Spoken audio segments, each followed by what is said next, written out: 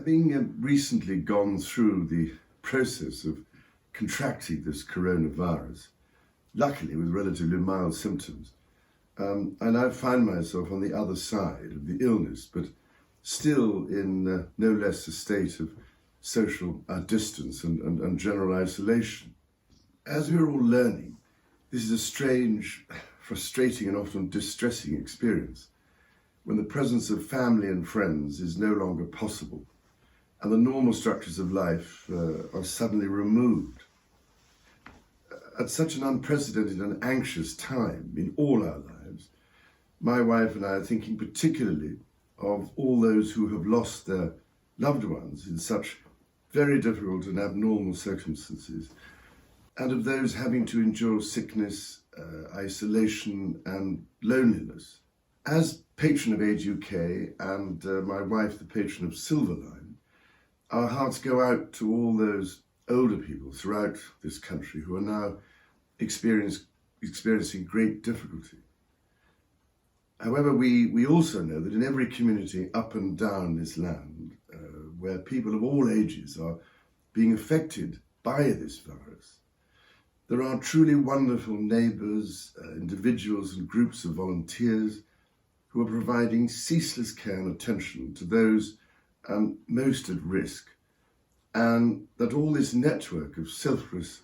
assistance is in itself helping to provide vital support and reassurance to the hard-pressed professional services. And at a time when doctors, nurses and all the vital ancillary staff that form the backbone of our remarkable NHS are increasingly under such enormous strain and risk as they battle heroically to save lives in intensive care centres and to contain, as much as possible, the spread of this virus,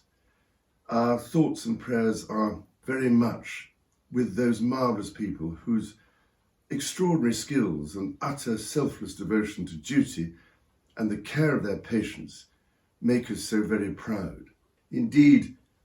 it has been so wonderful to see just how many across the United Kingdom have signed up in their hundreds of thousands to be NHS volunteers, offering their help to do whatever they can to provide support to those on the front line. It is clearly essential, therefore, that such key people are treated with special consideration when coming off their exhausting duties and trying to do their shopping, for instance, while having to contend with constant anxiety about their own families and friends. In this regard, we also think of all those many shop workers who are toiling as hard as they can throughout each and every night to keep supermarket shelves stocked, a further emergency service on which we are all relying. As a nation, we are faced by a profoundly challenging situation, which we are only too aware threatens the livelihoods, businesses and welfare of millions of our fellow citizens. None of us can say when this will end, but end it will. Until it does, let us try and live with hope